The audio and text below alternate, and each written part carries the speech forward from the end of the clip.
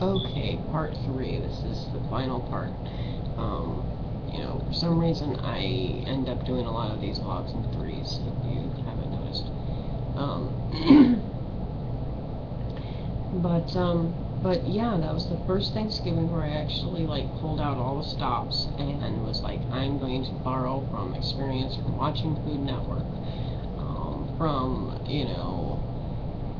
just things that I traditionally think are meals, or meal side dishes, stuff like that. Things that give me kind of a warm feeling to prepare. You know, because over the years, I've been in different. I've been in different scenarios and different situations in different institutions, and even though it sucked to be at those institutions during the holidays, I can still pull some good memories from those times. At the time, no, I was in a bad mood, going, fuck the holidays. I'm not allowed to go home for such and such reason, and I'm miserable, and ain't nobody gonna cheer me up. So kiss my fat ass, and that kind of attitude. But looking back on it, it's like, if I would have just gave it a freaking chance and just tried to be thankful for what I did have. I had my health back then. I was getting, damn good education. Teachers, I never met a teacher that I didn't like. I got along with all my teachers, even from grade school. I don't remember any teacher being rude or mean to me or anything like that. So I mean, it's like, now that I'm getting older, and this being my last Thanksgiving in Ohio for a while,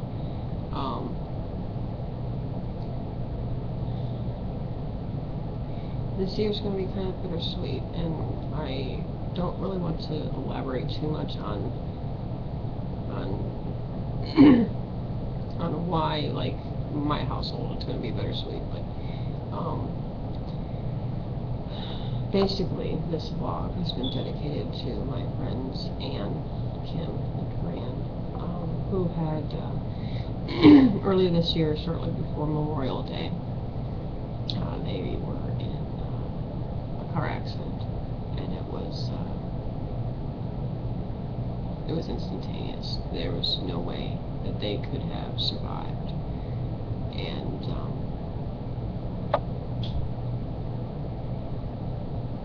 I still miss them.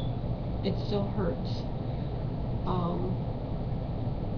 And the girl I was the closest to was Anne. And it's kind of weird. Facebook now has this feature where it saves all your messages. I don't remember when exactly they did that.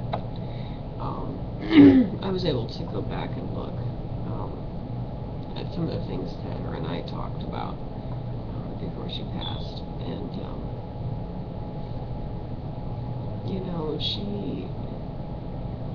she strongly encouraged me to be strong, to, despite whatever odds I was facing at that given moment, to remember that I was loved and that people cared about me, and that I don't know. I mean, she had so much going on herself, but her heart was always open. And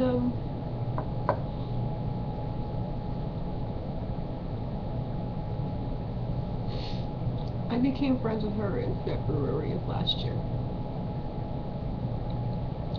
And then I joined Second Life right around that same time. And her and I bonded instantly.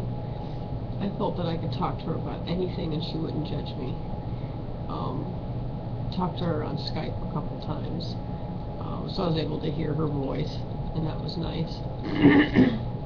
Because it kind of added another dimension to her Second Life avatar. She was just so inspiring. And I'm thankful with the friendship that I had with her. And I don't think that my friendship with her is over just because she's no longer in this dimension. You know, her soul's in another dimension, but I seriously think she peeks in from time to time. And not just for me, but for the rest of my friends whose lives were blessed having known her. And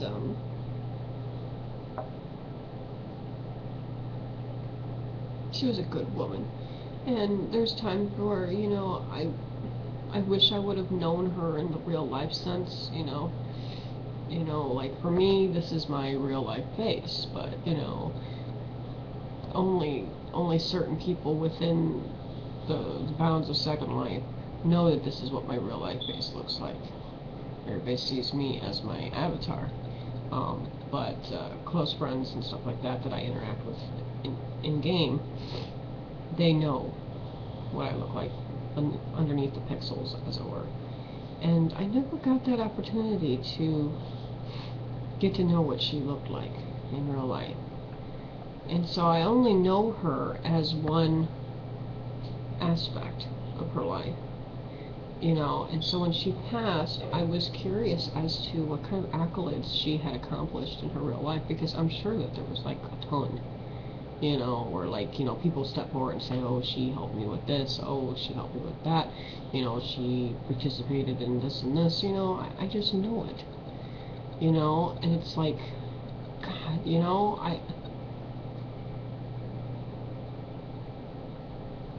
out of respect for the family, I haven't asked, because it's kind of like, you know, they're going through the grieving process, they were going through court issues and stuff like that, because with the fatal accident, they have to figure out who was at fault, and the guilty party has to, you know, has to, you know, face justice. And, you know, and while that's going on, the family does not want the media to be all up in the business, you know, because media can just really screw it up, especially if there's a jury, okay? You want your jury to be as neutral in opinion as possible, in order for the facts to be looked at, you know, as neutrally as possible. And the media has this great gift of jumping in there and screwing shit up. So out of respect for the family, I understand why, you know, they didn't reveal, you know, the girls' real names. They didn't reveal, you know, where exactly they were going. They didn't reveal, like, newspaper articles or obituaries or any kind of stuff like that. You know, and that's fine. You know, I'm not going to sit there and hound, you know, the family and be like, you know, this, that, and the other. You know, there was a bunch of people in Second Life that were pestering for details, and I was just like, you know, I don't want to know details on how they died. I want to know details on how they lived. And you don't have to tell me their real name. I don't have to see their face. I just want to know, oh, you know, let's say, you know, Anne liked to, you know, bake cookies for the holidays and give them away to the neighborhood kids, you know, or whatever, you know, whatever kind of, you know, real life thing that she would do, you know, because I have a feeling that Second Life, and as Second Lifers call First Life, real life, the way that you behave in Second Life is similar to the way you behave in First Life. So she was such a generous, giving, beautiful soul in Second Life. I was like, she has to have been just as beautiful in real life too. And I was having a difficult time being able to see her beyond the pixels. And that kind of was difficult, because I was like, you know, when someone passes away and all you know is their video game character, it feels like, oh, you know, they're on vacation, they haven't been able to log in for a while, they're not really there. You know, they're not really dead, they're, you know, they're on vacation, they'll log in sometime. And it's easy for you to hold on to that denial, you know, instead of, you know, reaching, like, the conclusion, going, okay, this was a real life person playing this character. you know, playing this game through this character, you know, da da da da, you know, it's very hard to make that distinction to where it's like, you know, she knew me as both my real life self and my avatar.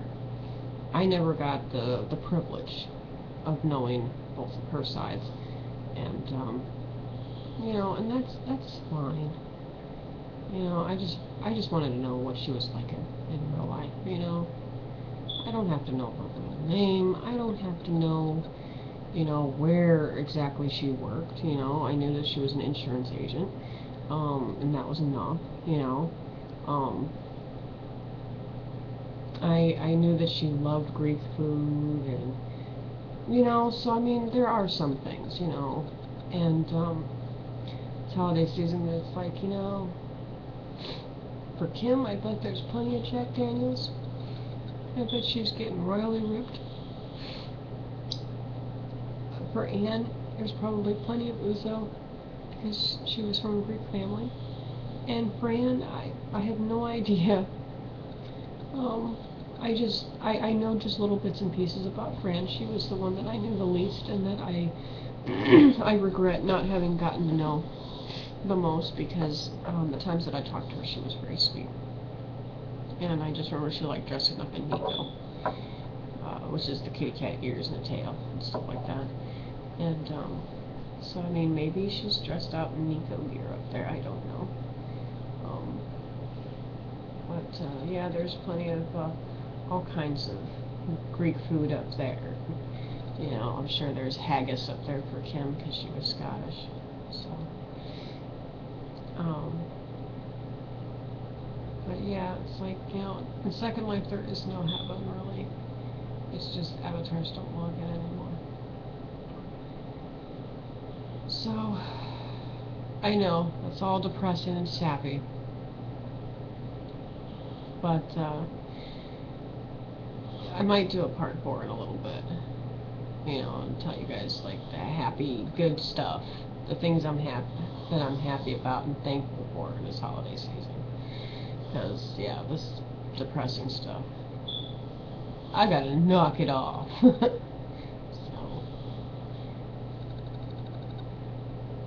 love you all. Peace, love, and duck face. And yeah, to be continued later.